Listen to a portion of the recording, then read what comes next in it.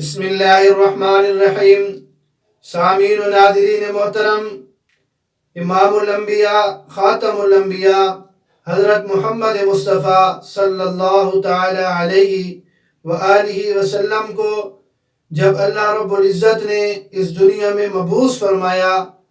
وہ دور اور وہ زمانہ انتہائی تاریکی اور جہالت کا تھا۔ اس وقت معاشرے میں ہر قسم کی برائی موجود تھی۔ ان حالات میں جناب رسول اللہ صلی اللہ علیہ وسلم کو اللہ رب العزت نے بھیج کر اس امت پر احسان عظیم فرمایا۔ آپ صلی اللہ علیہ وسلم کا مبعوث ہونا، آپ صلی اللہ علیہ وسلم کے بعثت کا مقصد کیا تھا، وہ آپ کی خدمت میں پیش کر رہا ہوں کہ جیسے آپ صلی اللہ علیہ وسلم کی بعثت کا مقصد تعلیم کتاب اور تعلیم حکمت تھا، اسی طرح آپ صلی اللہ علیہ وسلم کی بعثت کا مقصد یہ بھی تھا کہ آپ لوگوں کو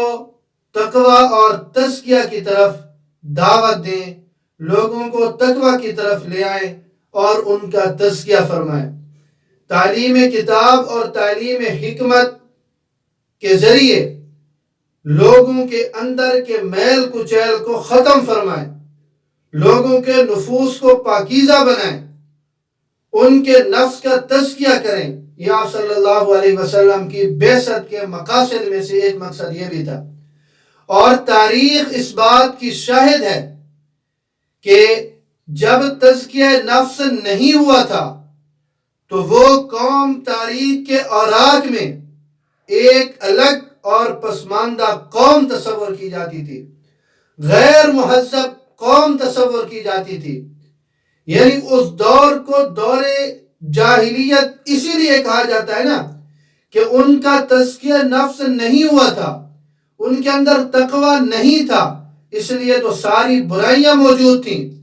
اور تاریخ اس بات کی گواہ ہے اور تاریخ کے صفحات میں یہ بات درج ہے، گویا کہ یہ انمٹ نقوش ہیں کہ اس وقت کی جو قوم تھی وہ غیر مہذب تھی، وہ پسماندہ تھی، لیکن جب اسی قوم کا جناب رسول اللہ صلی اللہ علیہ وسلم کی بعثت کا جو مقصد تھا، جب آپ نے اس کام کو شروع فرمایا، تعلیم کتاب اور تعلیم حکمت کے ذریعے سے لوگوں کو جب تقوی کی طرف دعوت دی، لوگوں کا جب تزکیہ نفس کیا، تو پھر وہ قوم تاریخ کے صفحات میں پھر وہ کامیاب لکھی گئی۔ اور اللہ تعالیٰ نے آپ کی بعثت کے مقاصد کو جو قرآن مجید میں بیان کیا، وہ بھی یہی تھا کہ اسی قوم پر آپ صلی اللہ علیہ وسلم کی محنت ہوئی اور وہ قوم پھر اللہ رب العزت نے اسی قوم کے متعلق کامیابی کی سرٹیفکیٹ جاری فرمائے۔ اور آپ صلی اللہ علیہ وسلم کی بعثت کے مقاصد سورۃ الجمعہ آیت نمبر 2 میں اللہ رب العزت نے ارشاد فرمائے وَالَّذِي بَعَثَ فِي الْأُمِّيِّينَ رَسُولًا مِّنْهُمْ يَتْلُو عَلَيْهِمْ آيَاتِهِ وَيُزَكِّيهِمْ وَيُعَلِّمُهُمُ الْكِتَابَ وَالْحِكْمَةَ وَإِنْ كَانُوا مِنْ قَبْلُ لَفِي ضَلَالٍ مُّبِينٍ کہ آپ صلی اللہ علیہ وسلم کو ہم نے امیین میں بھیجا کہ آپ صلی اللہ علیہ وسلم کی زندگی کا مقصد، بعثت کا مقصد یہ تھا کہ یتلو علیہم آیاتہ، تلاوت آیات،